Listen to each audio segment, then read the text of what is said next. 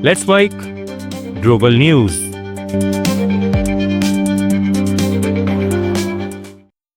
नमस्कार, let's mic global news में आपका स्वागत है। मैं हूं राखी जैन।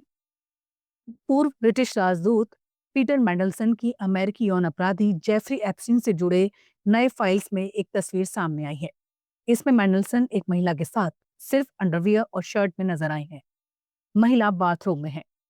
तस्वीर सामने आने के बाद मैंडलसन ने पीएम की स्टामा की लेबर पार्टी से इस्तीफा दे दिया है। मैंडलसन ने कहा कि वो पार्टी को और शर्मिंदगी नहीं देना चाहते, इसलिए पार्टी की सदस्यता छोड़ रहे हैं। नए दस्तावेजों बैंक रिकॉर्ड दिखाए गए हैं, जिनमें 2003 और 2004 में एप्स्टीन ने मैंडलसन से जुड़े खातों में कुल 75,000 अमेरिकी डॉलर के 3 अलग-अलग भुगतान किए थे। हर भुगतान 25,000 डॉलर का था। चीन की रॉकेट फोर्स का बड़ा घोटाला सामने आया है। ब्रिटिश अखबार टेलीग्राफ की खबर के मुताबिक अमेरिकी खुफिया एजेंसियों की 2024 की रिपोर्ट में बताया गया है कि पश्चिमी चीन में कुछ मिसाइलों में फ्यूल की जगह पानी भरा हुआ था।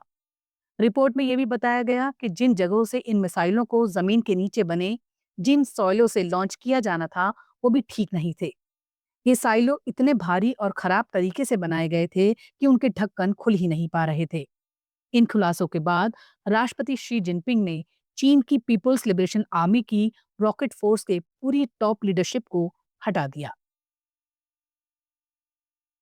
अमेरिका के राष्ट्रपति डोनाल्ड ट्रंप ने घोषणा की है कि वॉशिंगटन डीसी में स्थित कैनेडी सेंटर जुलाई से 2 साल के लिए बंद रहेगा। ट्रंप ने इसका कारण सेंटर का रेनोवेशन बताया है, जो इस साल जुलाई से शुरू होगा। सोशल मीडिया पोस्ट में ट्रंप ने कहा, ये सेंटर इस साल 4 जुलाई को हमारे देश की 250वीं वर्षगांठ के सम्मान में बंद हो जाएगा। ये कदम तब उठाया गया है जब हाल ही में इस मशहूर संस्थान का नाम बदलकर ट्रंप कैनेडी सेंटर किए जाने के बाद कई कलाकारों ने वहां परफॉर्मेंस कैंसिल कर दी थी। पद संभालने के तुरंत बाद राष्ट्रपति ने सेंटर के कई बोर्ड सदस्यों को निकाल दिया था और उनकी जगह अपने सहयोगियों को नियुक्त किया, जिन्होंने बाद में ट्रंप को बोर्ड का चेयरमैन बताने के लिए वोट दिया। पिछले साल दिसंबर में नए बोर्ड ने इस संस्थान का नाम बदलकर the Donald J Trump and John F Kennedy memorial centre for the performing arts कर दिया था। यूक्रेन के डनी प्रोपेत्रुस्क क्षेत्र में रूसी ड्रोन हमले में खदान कर्मियों की एक बस को निशाना बनाया गया। इस हमले में कम से कम 12 लोगों की मौत हो गई और 7 घायल हुए हैं।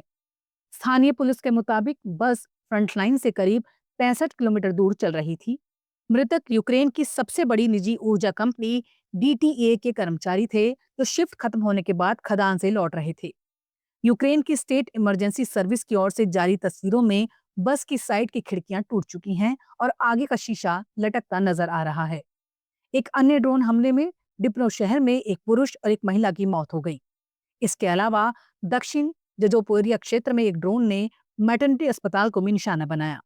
इस हमले में मेडिकल जांच करा रही 2 महिलाओं समेत कम से कम 7 लोग घायल हुए।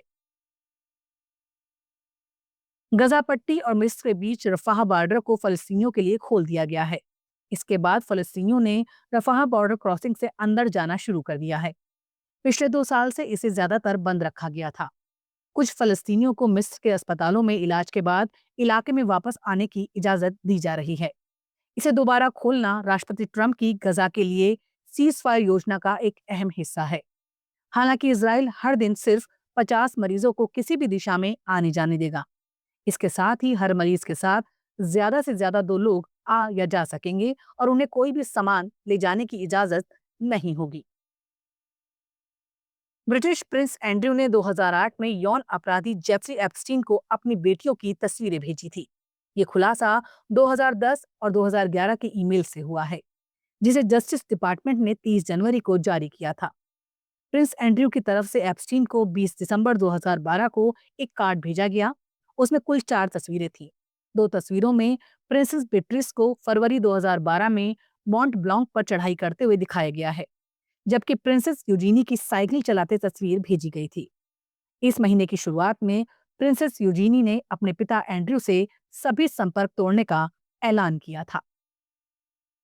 ग्लोबल न्यूज में फिलहाल इतना ही। देखते रहिए, सुनते रहिए लेट्स माइक। नमस्कार। आप सुन रहे थे let's mike more than radio. Follow कीजिए हमें हमारे सोशल मीडिया प्लेटफॉर्म्स पर।